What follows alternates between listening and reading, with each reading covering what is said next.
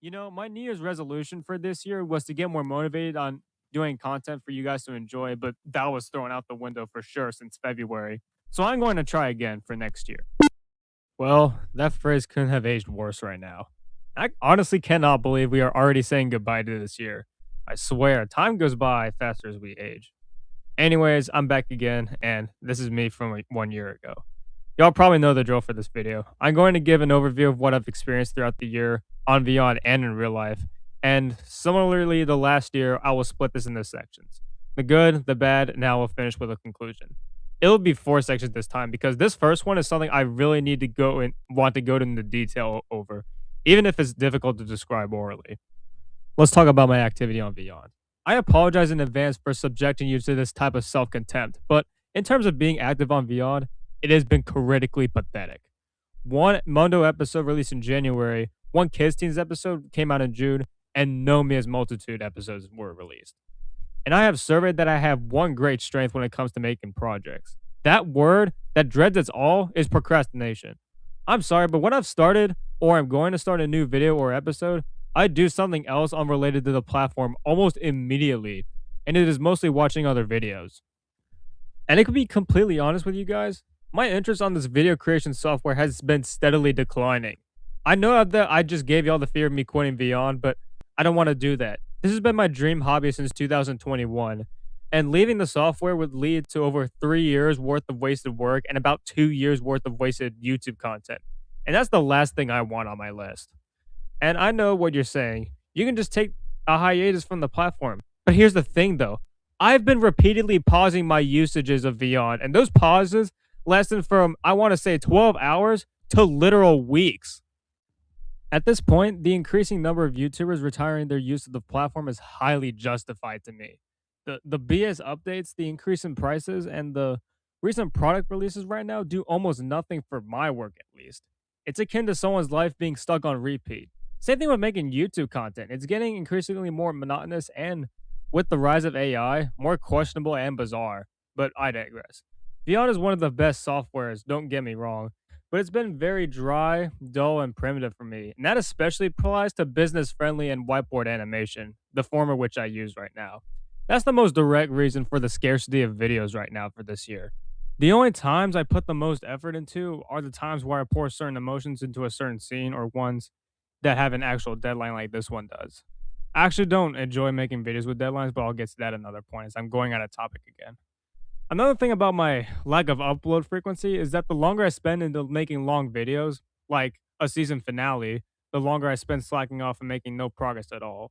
And it feels so ironic considering that art can't be rushed generally because it may look bad in quality and may not invoke a certain feeling. And yes, it's a hard thing to tell, but making two back to back season finales might be the worst decision I've ever made on the platform.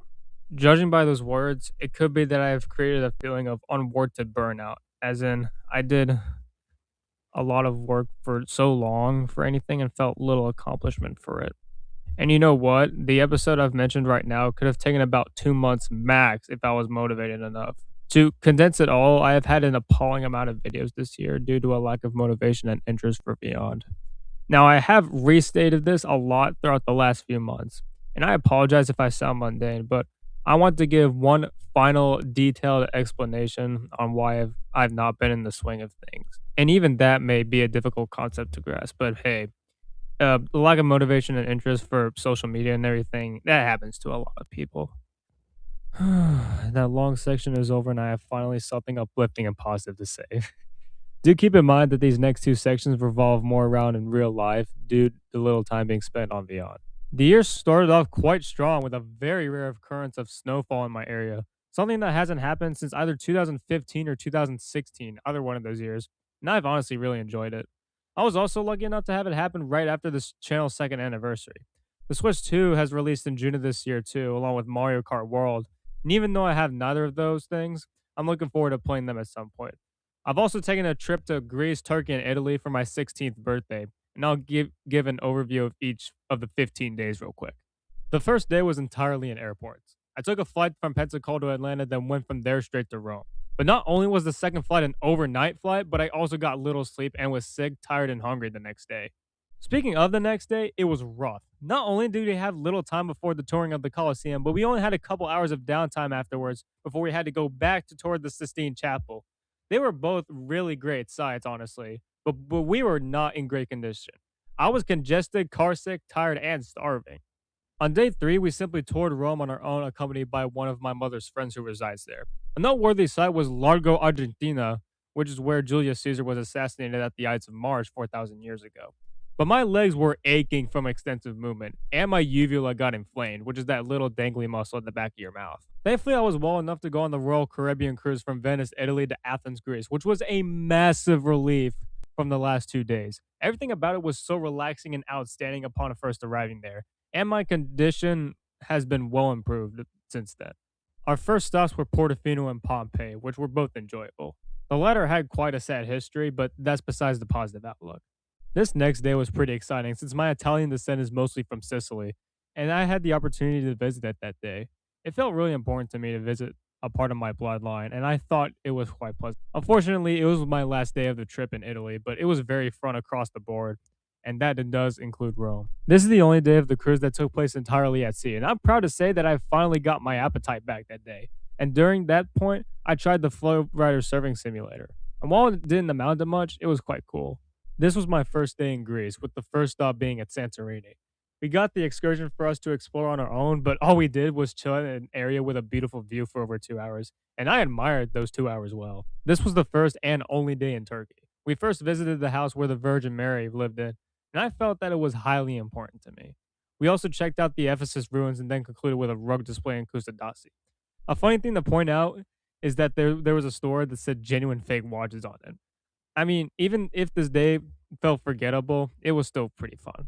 Our final full day of the cruise was at the Mykonos beach in Greece. We got a little lost on the way back, but we made it back with time to spare. At the dinner place we go to every night, there was a lot of people who had their birthday celebrated there, and I'm proud to say that I was one of those people today. Also, I loved the food there along with the several other restaurants the cruise has, and it was very sad to say goodbye. It was truly a mesmerizing 3-in-1 experience. I have an extended family that resides in Athens, thus I am also part Greek, and I was enthralled to visit them for the first time. We ended my last day of being 15 by going to the Parthenon. Today was the day. We checked out the Acropolis and I was sung happy birthday in Greek. One downside was that we couldn't remember where we parked upon visiting, so we were lost for more than an hour on top of being starving. That didn't really matter though, because I've been having the time of my life this trip. Throughout these 2 days, we stayed at a village outside of Athens to meet another extended relative, and I had really good food at that time too. We also went for a walk which kept us quite energized. At the final full day in Greece, we went to a cemetery where two of my extended relatives have unfortunately passed away, and I really wish I was with them when they were alive. Lastly, the final day was basically the first day in reverse going back home. Though we did have to wake up super early and I didn't get enough sleep, there were no overnight flights due to the 7-hour time change, as well as an additional hour when going back to Pensacola. This was my second transcontinental trip and by far the best trip I had, and that's saying something from someone who travels a lot. My junior year has been great so far as well, since my cross country team qualified for state, boys and girls, and we had a stellar marching band season as well. And funnily enough, I participated in No Shave November, which was to raise cancer awareness for men. Finally, I ended the year with two get togethers for Christmas. One in Kingwood, Texas for a few days to celebrate my dad's side of the family, and my mom's side of the family simply came to my house on Christmas Day. And on the get together in Texas, I busted my butt on a Christmas special as a gift for one of my friends, specifically Caroline from Mia's Multitude, which I'll provide the link to in the description. This was also the first video in a long while that was made primarily on my laptop. And I was also working on it without a mouse, which I usually do.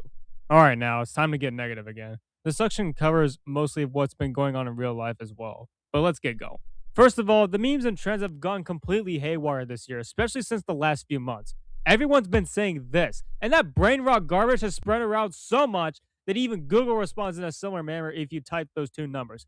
Seriously, I've been saying that meme can cease, but I believe things will simply get worse. Also, don't even get me started at the time when students in schools shoved electrical conductors into charging ports. And one more thing, the freaking corporate greed, especially in the gaming industry.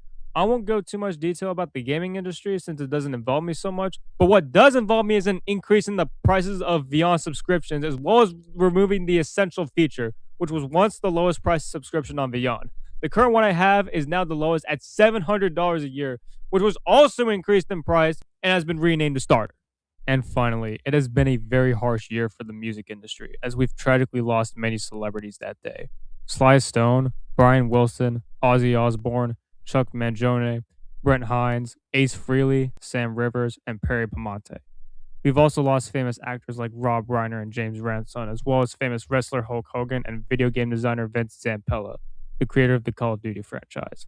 Keep in mind that I'm not into Call of Duty at all, but he did not deserve to pass on like that. And I get that it hurt many video gamers' eyes. May everyone that has been listed here rest in peace. Anyways, it's time for an overall conclusion. 2025 to me was superb, and I can't wait to see what will transpire in 2026. But the behavior of our current generation has been greatly questionable for this year, and it may get worse. In case that does happen, I'll do my best to not subject you to it. Also, I honestly don't care what happens to my upload frequency at this point, since you just heard everything about it for over like 4 minutes.